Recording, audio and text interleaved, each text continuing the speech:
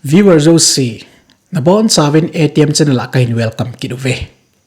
Tunya hi thilha ho hi nasata setenin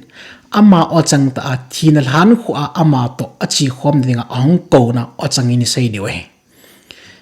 Ke man ka sei thu gu ei pon a thila pu ong ki phung pa in han mula ichi khom diwe tai ta a ko na ochang iza ding hallelujah amen ati kit diu he ngol jang zunga hi chi video hi ne ding ini mu chin sat diu hi chi masanga chu ki chen ta tunya hi choloi ta banga hlep na il ha lut lo na diwa igibul phu theina diu pathin thu ini sim do masat diu he ai chu pathin thu ti lo wa hi nang la ke hlep na itin zo na ding pon thila na to ai ko na event do zo na ding thil dang inei lo diu pathin thu se e o dinga i ha naw song pi krista chunga idin dat naw che bo chu in hi chi pathin thu chu he tu ne setan a ki chat pen chu ai lai chi pathin thu setan a ki chat pen ai ya chu nitin phat tin mihim te hin khule ki man cha na zo sai phat sia pathin thu imacha lawa gel na dinga imacha lawa ikoi na dewa hi setan na sata policy khet jinga na to jinga het na hi abol jinga hi ji tu ni hin e hola hin ki chen tan a hlungin diabol ki ti pa hi chin khulam lim le mel le thangling sei lim le mel le robot abu thi pa lim le melin e hlem jing vun hi chilai lei tur muna to hole thilo holoi si pathin thu ki ti i machamawa gel salo na dinga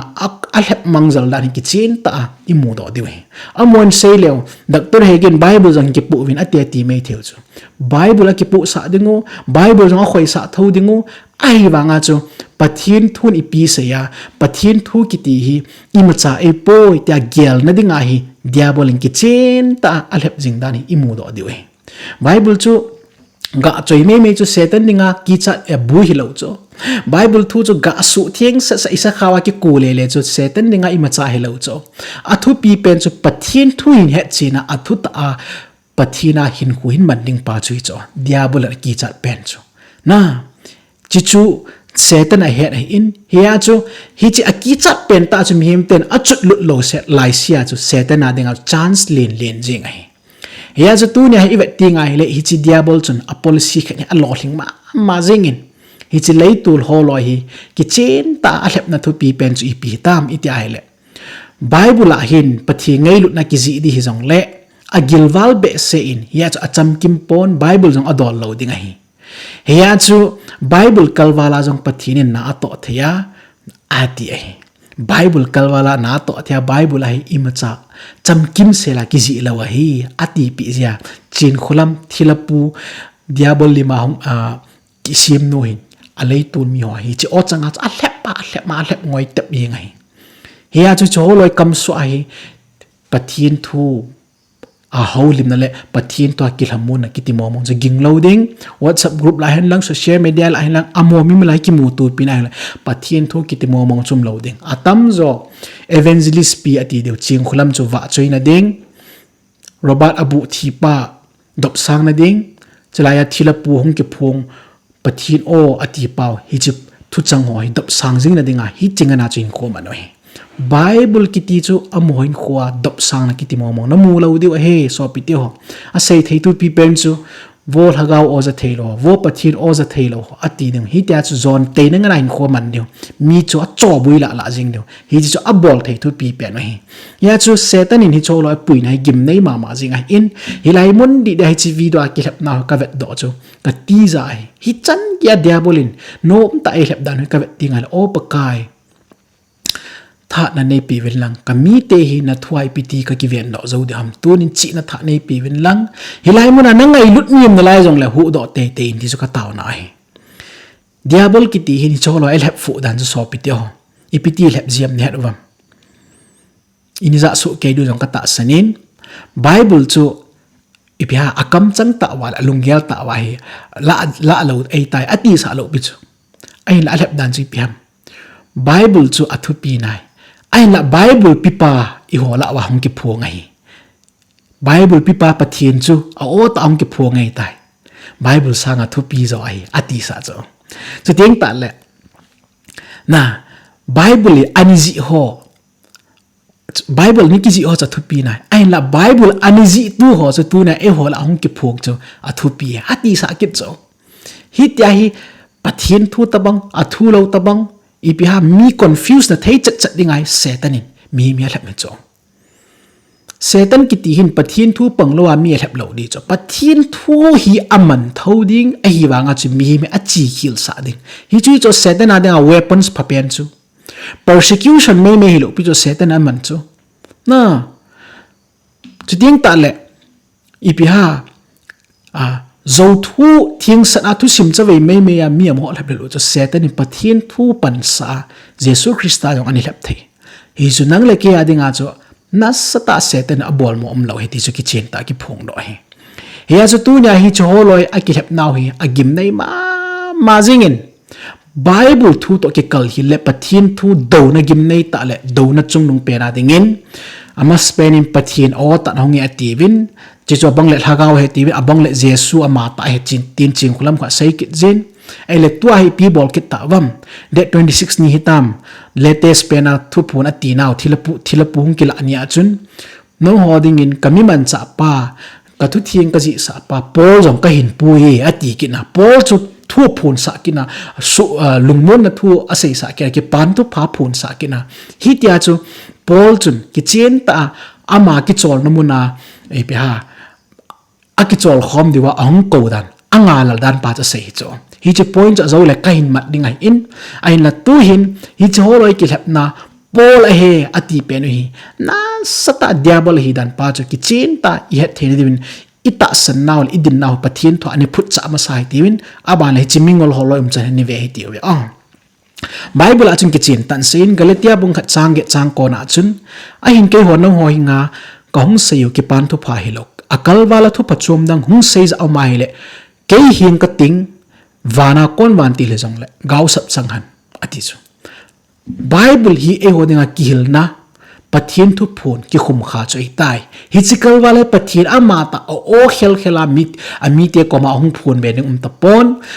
vantil hon ong phun be ding pon sol cha hon ong phun be ding pon chuna chung chona ke po jing ta jong ko nga jong le ai thei lo hi tai ati zo thu a hi ki lep na hi gaw sap chang han ati hi tia pathian thun e hi lai ta wa chu hi chi thilo ho lo hi pi bol ta wam pathian ong ki phong tai Bible pipa ong tai ati wa Bible chu a le kra ying na chuna chung chona kho si che kit dinga pola honge ati ki ta chu pathian thu do na chung nung pen jo so pi te ho pola honge ta diabol hi ta al hap ngoi dia a chei na le Peter rong honge an ti du Elijah rong honge ti du Moses rong honge an ti pi ki du cho al hap ding hi ta al hap ngoi top de ting tal Satan a bon chawa hi na gal hi nga an ke ding so chalo hi la bon chawa Satan anui chi gep na phat hung lung di tu nya yong hi chi pol ki ti pa hin amoloi si hlan mola ki chol khom pi dinga a ko dan i mu deu cha azo le in he thim du hi cholo hin wang he thim hi we to ai cha ki bum ngol a ki lem ngol ei ta je wa chu amoi ni cho ta bang lagaw thu ho hi ki chen ta pathian thwa ko na mu chi na thei cho nei lo oi tan mi chobet na mai ta ya cha Satan anok mai amo emotional base amo ngai nom le amo thanup nop nai apui ma tha ga mai ta in ya cha so pi te ho den zalta nang le ke ta banga chi lu lo ne da tu nai pathin thu ni pi sem ti pa chu event ma san mai Bible a chung ki chin tan sen zon bung li chang khat na chun ngai te ho na lagaw thu ta pau ta san hi un amo chu pathina kon a hi lo het chen ding in lagaw ho chu khol tun patip jiwin ati lagaw ki ti ipi patip diu ham lagaw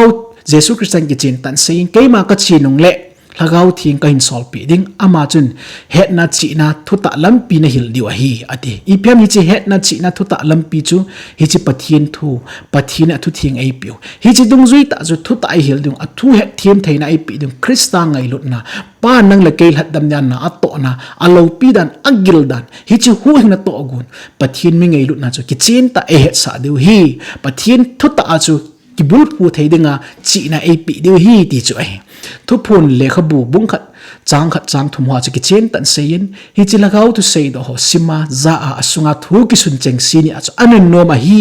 phat anei ta zen ati ai ki chen ta pathin thu na sein lagau tu sei do ho chu hi chi holy bible pathin thu thinga omen a simzo si azzo si ani chan chu nom ding ati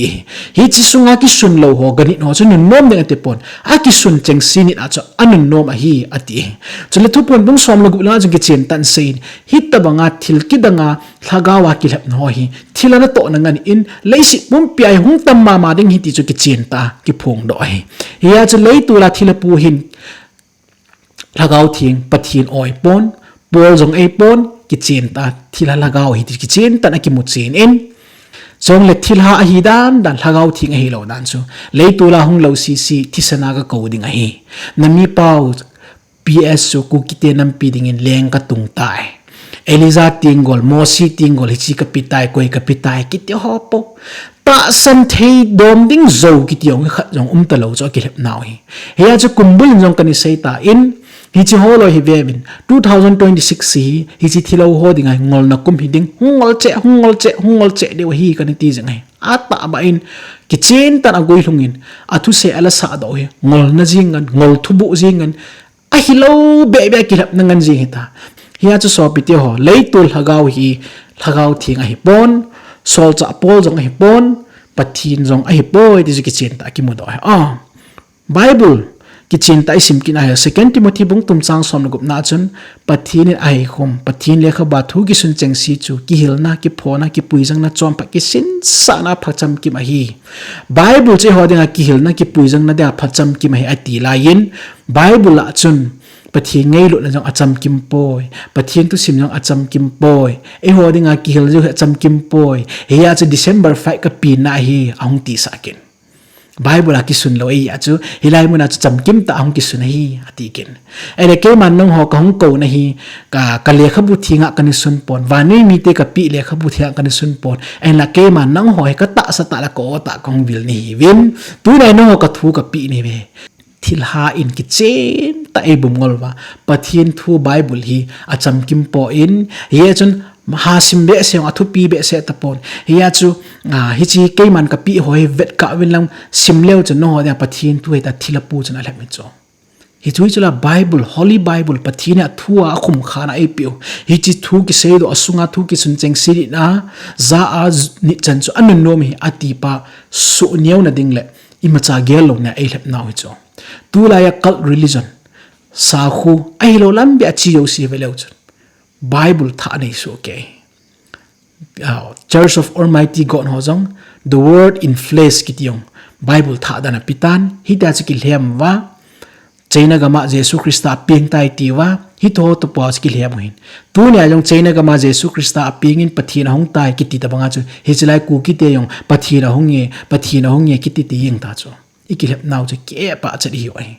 ya chi ivet ti ngai le diabole na satan e puive ti chu ki chin tan ki moe ka so pite ho ale zut bung thum ngi sim ki ti ngai le ki chin tan Bible hin tin sei ni masanga mi thing ho ani ki pido sa ta san lama chu pon pandinga nang ho til khawa ni hing wa hin sut ding ho ka sata na hi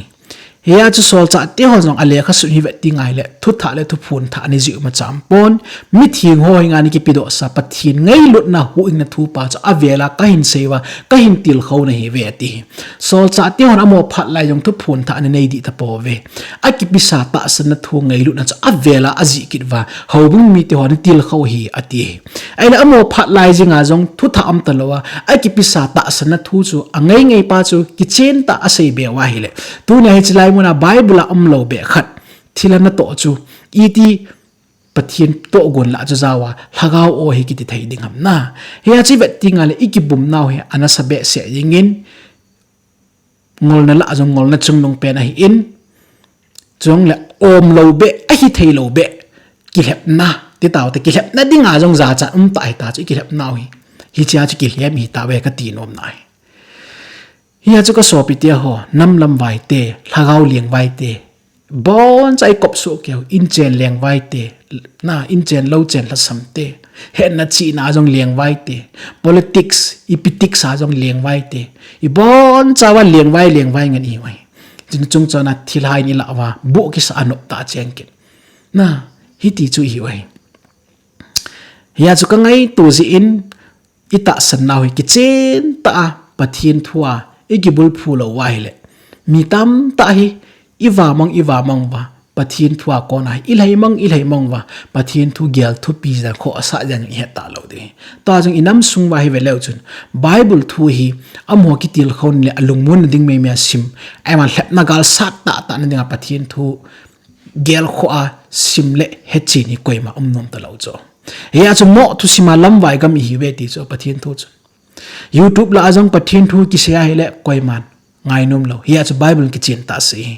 ทุตตะไงนี่ดิ่งอันนักกูรู้ท่าตุนตุนะอโมไงนุ่มทุยละกี่ความดิ่งกูโมทุสิมาลำไว้ดีเวติจ่อฮิจดินมันจะตัวไอ้ลุงจ่ออีโมทุเสียสิโหอีโมเขียวลิมนะโหเมลมากี่หัวตัวนี่ดิ่งพุงเล็ดจางก็กี่ดาวตัวนี่ดิ่งกำขัดกินอันนี่ดิ่งทู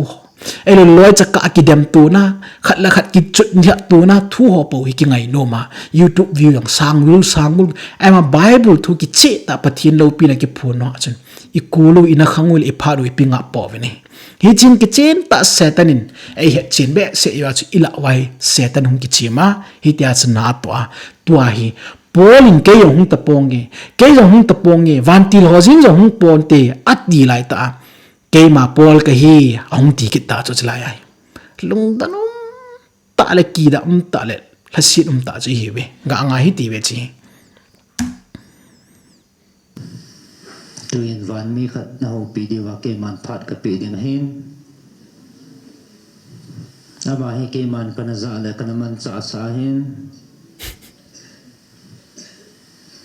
อามาจะคุยฮัมเอติเลกัทุสนานับปังอาตัวเนี้ยนัสิโมเดนัจ้าวกิฮิลนานันเอซิโงก็มีปาปูละฮี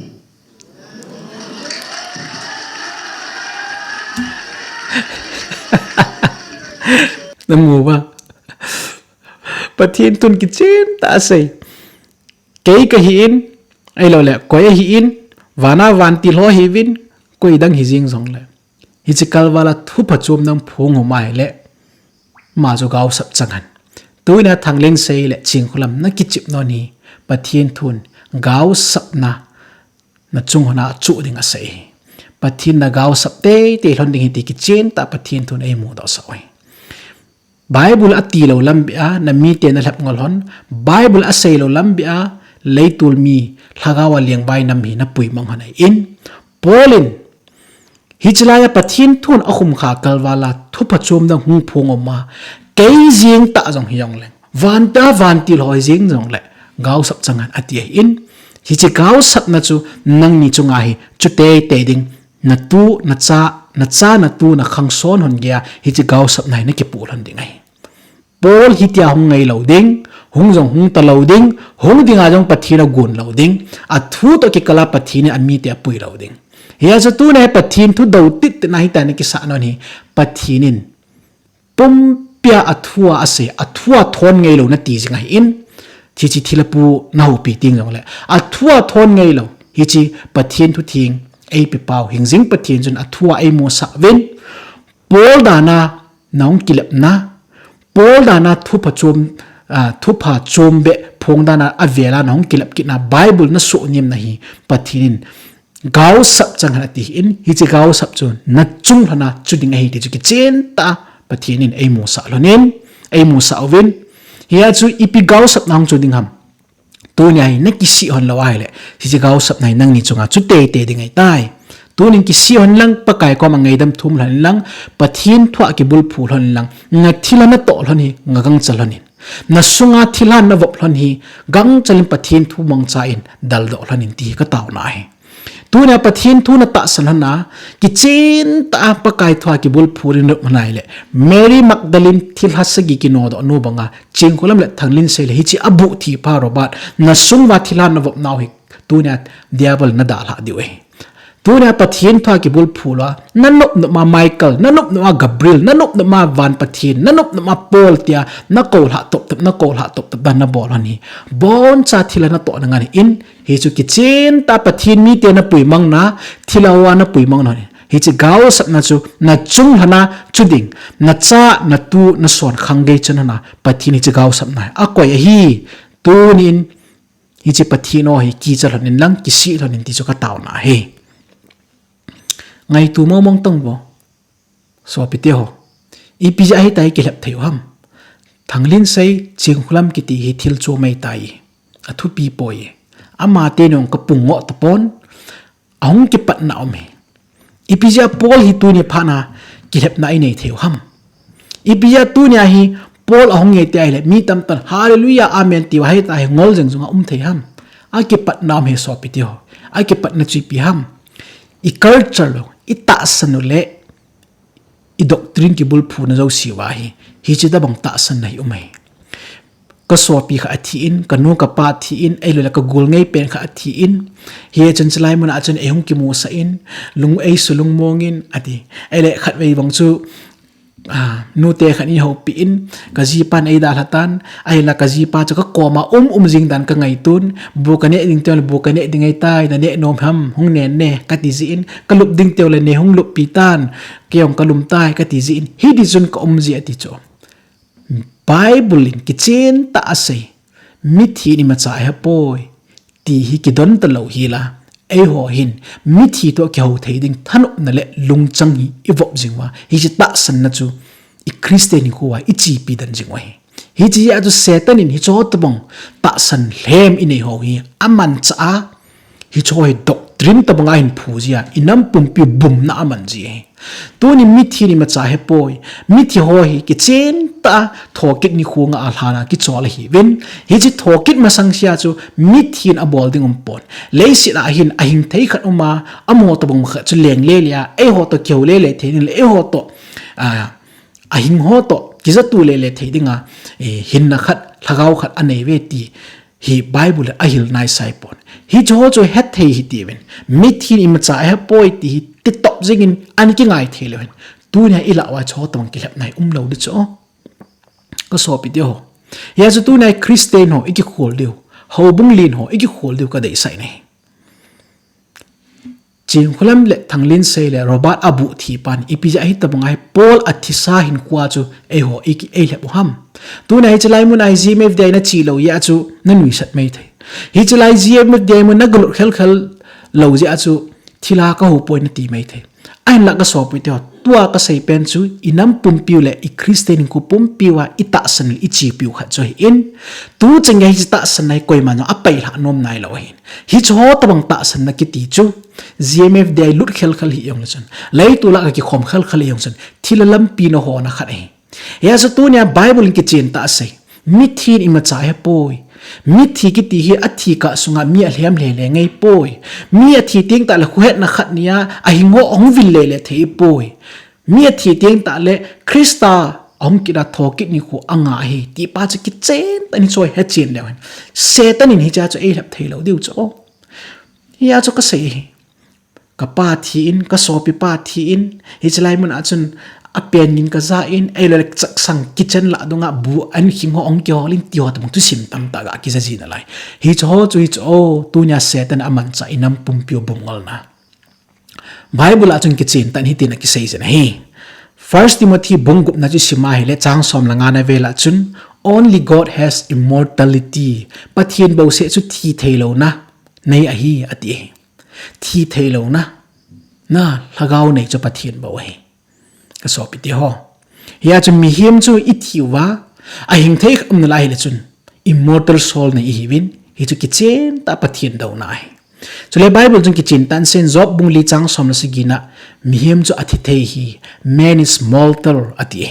amal ecclesiastes bung ko chang li chang gup no chu chang som no chu isim ki tinga le mi thi ma cha he poi ati a hin lai sung wa mi angai lu naw mi vet da naw hen lang ato gun atham gun zau sia a bon chan athi ni chan abai tai ati chu ai le I thi zau ting ta le ain ku te hung visit kitna ang lamona I pi phe ong sia chu mi thi chun khu het na lai ti nai hi ta bang chu thila na to hin christian ten hi ta bang ta sanai I pe la gang chal liu I pe la ting ta leo hi chlai mun ai thang len sei le abu thi robat le ching khulam kaw smith mul bai noi ai ho ai lep thei ta lo deu ai aban la sam za som li le gup chang thum chang liho chi vet ki ti ngai le mi hem cho athi ni kwa cho alungyal bay tai I ma cham talawa hi ati amala samza som nga chang som la sigi chu sim ki tengale the dead did not praise God ati chu but mithi in pakai wa choi nge po ati o tu na isopio thi pa hi hin thing lim dam nuya pathin awa chu ya nom saitan nang le ke ika ka wa nga ama nom saitan ama e hin vele nom ai nom mo san te ye chung kap ta poi te ikil hamun ho hi cho tama bon cha zo thungan thila na to na ngani hi chi tabanga mithi chung chang ta san nei diabol in e mat naw hi hi chu aza jana ai le wa e puingol deu hi chu chilei tu la to ho hi cho thu cha he ta lo ya chu pol hong nge te la amen te apam wa an accept wa hi chi thila thui la chu kibum ngol hi aman ta le ex bung ni chang som ni la ko som thum le li ho chi sim ki tinga le ipu david jong chu ani thi in abui khu e ho la am na lain chu le david jong van akal nai po ati chu ki chin ta ipu david jong e ho la atu nai lana ki chol la lai genesis apat revelation chan ero le leis sim ti la pat leis ki cheni chan ahilal adam le evi khanga pat mihim nu kha pen chan geiding krista hung ni khu chan geiding leis ki cheni chan geidinga mi athi rau si chu koi macha van gam mai di achi thu thu ai poi bon cha hlana ki chol hi mi thi khol mun idiol han mula chu ki khol a he ni khat ting le cho zo si chu jingka tho ni khu tho kit nya so hung thowa a simple pathin a hu eng pu ngai lu krista to chun ikimu to de ya chu ki chen ta se zon bunga chang som lang ho chung ki chen ta zon bung som lang ho chung ki chen tan se yin chin khu ting le chun cho krista chon pha thio jo sin o za wa hung tho de hi a hin la adang chang si thin mo na tho de ti ya chu tho kit na ki ti chu thim changa tho ding min thin mo na tho ding ki me ti chu ki chen ta pathin thun ai hi lo he ka so pi te ho ya chu tun hin hoi ta ngai tu hi ti ben bible hi ta banga mi thi chung chang ki chen ta ai hi lai wa mi thi khat khu he thei khat jinga gel jing na lai ki ti chu satan in thilha ita san na te te dio thilha I kilap ngol na te te dio wa ai bum now in hi ya chu hi cho tamang ta san na I pe nom lo je wa chu ching khulam thanglin seil abu thi ro ba ho lo hi tai ki chim thei wa inam pum piu abum ai mi thi ri ma cha he poi ti chu tunin he hian lo kan min itabangin hagau thun le hem jong le chat lo te ve ta jung ka so pe dio hi chu chila tu na ka ta san ka din da na mu thim wa bible jung ki chen ta se na lai he mihim ki ti hi athi na khu te le gan cha to ki hi nam poi di chu ani nya azut na mun ki bang hin leivui ki su chi a hi ati e sahim lagau chung langa chia mihim lagau muila ma chia hoila ya chia koi man ima cha sei poi leivui ki su e to e jing e di chu pathin thun e hil na oi imo chana ya chu tunin hoi tan he ti win pathin thun ki chen ta se mi thi ma cha he poi I thi teng ta le krista ahung ni kha thokit ni ko chu ingaw e bo e hi chi thu ta hi tu nya iki pe cha he wa I ta san nge wa le satan ki ti chun thilha lhagao ki tu ai ei zo ta lo de we ye jo pathin thani ki bul phu nom lo ham na ki bul phu the ai le tu nya hi zo ta bangai hlep na ilha lo di he ti ka sei do nom hi ya chu satan ki tin pathin thu he du ki chai pathin thu he thim ni amman mo tin ta na het sa lo te te di go wa pathin thu gyal daw na thei dinga hi he tai inam pum pio pui ngola bible cha thu pi na he la bible pi pa ahung tai hi cha ma chu bible kal wala na to thei tio puwa ei lap ngol de wa bible chu sol cha pol ani ji ei nai tunin ama ji pa ta ahung tai ke ti ke na I have ngol de cho hi chun pi wat sa ham hi chi tu sei do hi chi lagau tu sei do ho akiji do ho sima za a asunga thu ki sun cheng sini as anun nom a hi ki ti pen chu na sata na ei pe mong sa wa thu chum kha ja chu ki lamun na pathin o hol na dinga ei pui hu chu hi chu ki chen sana deception he lep na he ti chu ei mu do sa hin hi chi lei tul mingol ho chun cho ki ti apum he the ta lo nang le ke ben tu ni hi chu he thim gu hi ti win ki vian do gu hi ti we ti chu ka sei no me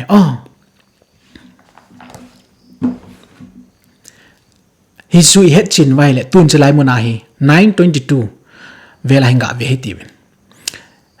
thila pu in cho lo lep na he ki ma hong gim nei chalai hi azut na diu mona copy ngai to chi ko ki chol na mona hi nang ho zong na hong na diu ni khu se ke man ka nga hi na mo wa ka ki chol na mun na hi nong diu chu ken jong ka nga la hi ati so